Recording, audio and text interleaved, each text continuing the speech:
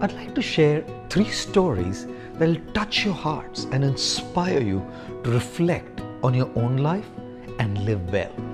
After a 72 hours shift at the fire station, a firefighter went up to a grocery store to buy some stuff for his home when a woman came up running to him and gave him a tight hug.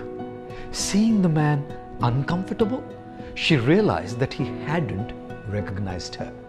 She let go of him and with genuine tears of gratitude in her eyes and the most joyous smile on her face said, "Sir, it was you who carried me out of the World Trade Center on September 11, 2001.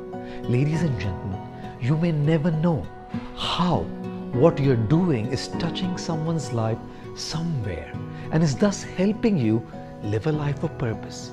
Keep doing what you're doing with dedication and commitment, and maybe completely unknown to you, someone out there is being benefited."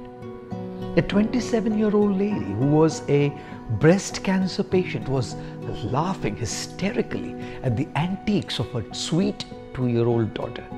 A man who knew her and was watching the scene suddenly realized and thought to himself, "There will always be reasons to complain.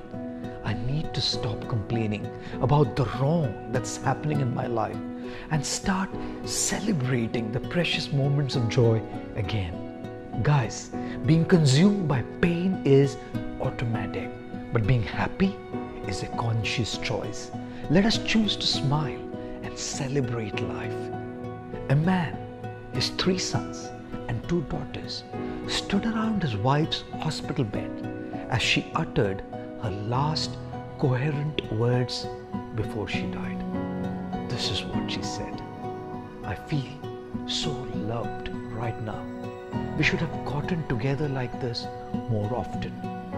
You know what? One of my dear friends once said in one of his shows, "Professional achievements are temporary. They come and they go and they come again. A personal loss is permanent.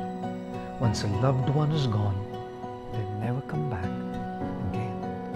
Press pause and spend time with the ones you love.